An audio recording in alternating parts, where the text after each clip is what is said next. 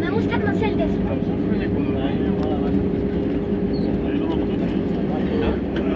Está mejor el Spain.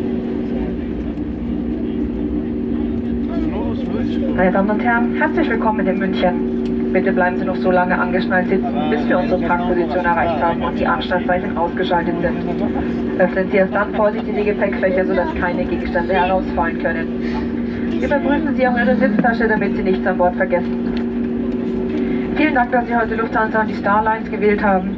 Wir wünschen Ihnen noch einen schönen Tag hier in München oder gegebenenfalls